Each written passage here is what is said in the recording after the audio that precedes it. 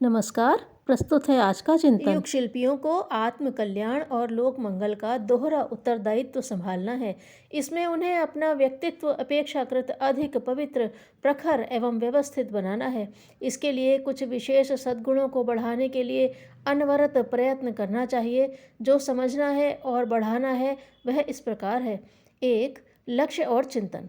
जीवन को ईश्वर प्रदत्त सर्वोपरि उपहार समझें और उसका उद्देश्य सृष्टा के विश्व उद्यान को अधिकाधिक समुन्नत, सुसंस्कृत बनाना माने। इस प्रयास में आत्म कल्याण और विश्व कल्याण के दोनों उद्देश्य पूरे होते हैं। बड़प्पन की महत्वाकांक्षाओं को घटाएं, महानता प्राप्ति की उत्कंठा उभारें, वासना तृष्णा के लोभ मोह के भवबंधनों में न जकड़ें, सदुद्देश्यों के आकाश में सत्प्रवृत्तियों के पंख पसारें और जीवन मुक्तों की तरह परम लक्ष्य की उपलब्धि के लिए उड़ चलें। पीछे मुड़कर न देखें, वर्तमान को संभालें, भविष्य की सोचें।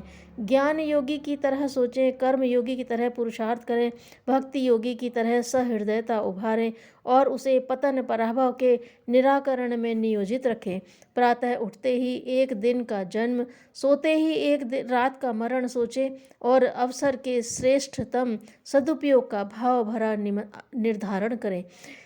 महाप्रज्ञा के अवतरण में सहकर्मी बने, प्रज्ञा अभियान में सम्मिलित रहें। हर दिन गायत्री मंत्र की न्यूनतम 3 माला का जप तथा सविता का ध्यान धारणा श्रद्धापूर्वक चलाएं, उसमें व्यतिरेक न करें। 2. श्रमशीलता। समय ही जीवन है। जिसने समय का जितना सदुपयोग किया वह उतना ही जिया। इस तथ्य को ध्यान में रखते हुए एक एक क्षण को सुनियोजित विधि व्यवस्था में श्रम निरत रखें। आलस्य प्रमाद को पक्के शत्रु समझें और उन्हें पास न फटकने दें।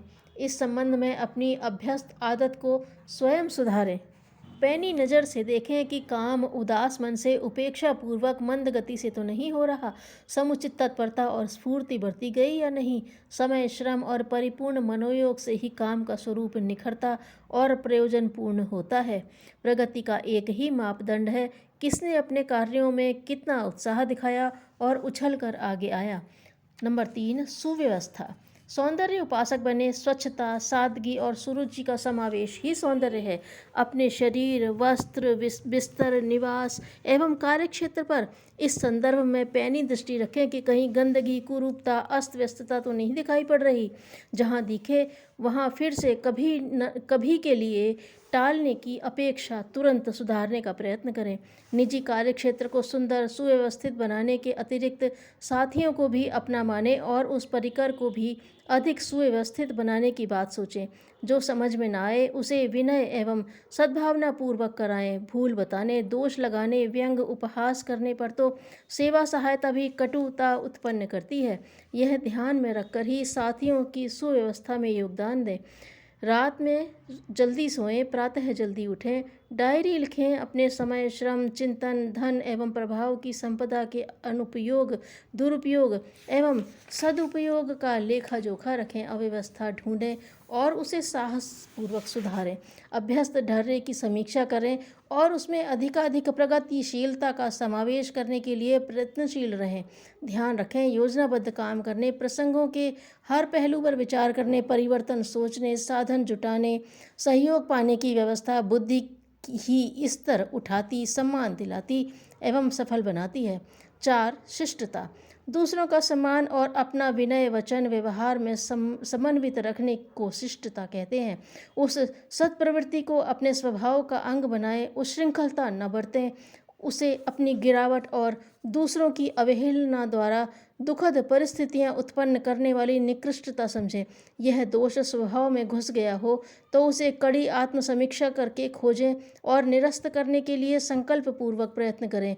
अभ्यासवश जब भी ऐसे प्रसंग बन पड़े, कान पकड़ने जैसी छोटी आत्म प्रताड़ना देकर प्रायश्चित करें। मिलन और विदाई का शिष्टाचार न भूलें। चित्त प्रसन्न रखें और मंद मुस्कान बनाए रखने की आदत डालें। न थकान प्रकट होने दें और न उदासी। कहें कम, सुने अधिक, शेखी न भगाड़ें। मैं के स्थान पर हम लोग शब्द का प्रयोग करें। चापलूसी न करें पर सज्जनोचित सद्व्यवहार में कमी न पड़ने दें। आवेश, उत्तेजना, कर्कशता, खीज, झल्लाहट से दूर रहें। जो कहना है शांतचित और शालीन शब्दावली में कहें। गाली गलौज तक न उतरें। रोष प्रकट करने, सुधारने, दबाने के ऐसे भी तरीके हैं जिनमें अपनी शालीनता न गंवानी पड़े। उतावली में किसी निष्कर्ष पर न पहुँचें, तथ्य समझने का प्रयत्न करें और पक्ष विपक्ष की स्थिति को समझते हुए निर्णय पर पहुँचें। नागरिक कर्तव्यों का पालन करें। सामाजिक नीति मर्यादा का ध्यान रखें। आलोचना से बचें। व्यंग, उपहास, निंदा, चुगली के दुर्गुण न अपनाएं।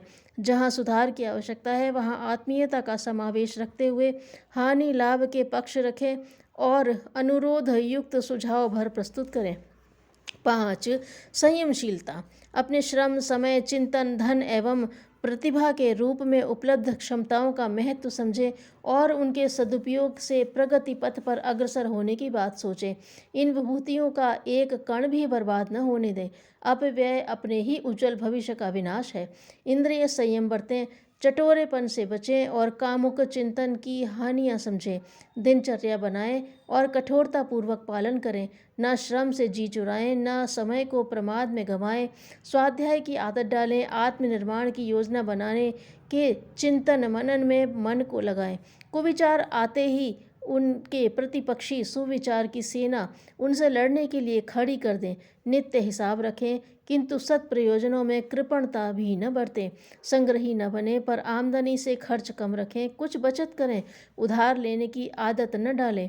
अपने प्रभाव का ऐसा उपयोग करें जिससे संपर्क क्षेत्र की दुष्प्रवृत्तियां घटें और सत्प्रवृत्तियों का बीजारोपण और परिपोषण उभरे। सादा जीवन, उच्च विचार को हर समय ध्यान में रखें। विलासिता की मूर्खता और ठाट बाट की क्षुद्रता से इसलिए बचें कि उनसे अपना व्यक्तित्व गिरता और अनुकरण करने वालों का पतन होता है। अभ्यस्त कुसंस्कारों को खोजें और उन्हें संकल्प पूर्वक बुहार कर फेंकें। इस संबंध में कठोरता बरतने, मन मारने और प्रतिकूलता सहने को ही तप कहते हैं। तप संयम से मनुष्य सच्चे अर्थों में शक्तिशाली बनता है। 6. उदार आत्मीयता। आत्मनिर्माण की दृष्टि से अंतर्मुखी तो बने पर एकाकीपन का अभिशाप न अपनाएं। हिल मिल कर रहें, मिलजुल कर काम करें और मिल बांट कर खाएं। अपने को समाज का एक घटक भर मानें और सबकी उन्नति में अपनी उन्नति समझें। अन्यों की अपेक्षा अपनों के प्रति आपाधापी की संकीर्ण स्वार्थपरता न अपनाएं। चिंतन और व्यवहार में पारिवारिकता के सिद्धांत का अधिक समावेश करें। सामूहिकता के साथ जुड़ी हुई शक्ति और प्रगति को गंभीरतापूर्वक समझें और बिलगाव की अपेक्षा सम्मिलित सहयोग की व्यवस्था बनाएं।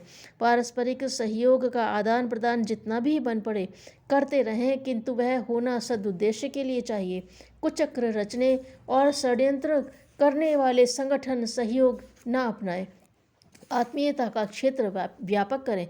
कुछ लोगों को ही अपना मानने और उन्हीं की फरमाइशें पूरी करने, उपहार लादते रहने के व्यामोह दलदल में न फंसें।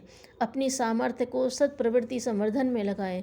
देश, धर्म, समाज और संस्कृति को प्यार करें। आत्मीयता को व्यापक बनाएं। सबको अपना और अपने को सबका समझें। इस आत्म विस्तार का व्यावहारिक स्वरूप लोक मंगल की सेवा साधना से भी निखरता है। उदारता बरतें और बदले में आत्मसंतोष, लोक सम्मान तथा दैवी अनुग्रह की विभूतियाँ कमाएं। 7. प्रगल्भता। दूरदर्शी विवेकशीलता अपनाएं और उसी आधार पर नीति निर्धारित करें। प्रचलित ढर्रे में से उतना ही स्वीकार करें जो उचित हो। लोक मंगल का ध्यान रखें किंतु लोकमत पर ध्यान न दें। जनसमूह का प्रचलित प्रवाह अवांछनीयता की ओर है, उसके साथ न बहें। हर प्रसंग पर न्याय नीति अपनाएं और कौन क्या कहता है उसकी उपेक्षा कर सकने का साहस जुटाएं। एक आंख प्यार की, दूसरी सुधार की रखें। औचित्य को समर्थन दें, साथ ही अनौचित्य से असहमति रहें और उसे सहयोग न दें। संभव हो तो विरोध भी करें और संघर्ष भी। यह नीति अपनों के साथ भी बरती जाए और दूसरों के साथ भी। मित्र या स्वजन होने पर भी अवांछनीयताओं में सहयोगी न बने। इन दिनों सामाजिक प्रचलनों में अनैतिकता, मूढ़ मान्यता और अवांछनीयता की भरमार है। उल्टे को उल्टा करके सीधा करने की नीति अपनानी चाहिए। इसके लिए नैतिक, बौद्धिक और सामाजिक क्रांति आवश्यक अनुभव करें और उसे पूरा करने में कुछ उठा न रखें। आत्म सुधार में तपस्वी, परिवार निर्माण में मनस्वी और समाज परिवर्तन में तेजस्वी की भूमिका निभाएं। अनीति के वातावरण में मूक दर्शक बनकर न रहें। शौर्य साहस के धनी बने और अनीति उन्मूलन तथा उत्कृष्टता अभिवर्धन में प्रखर पराक्रम का परिचय दें। धन्यवाद।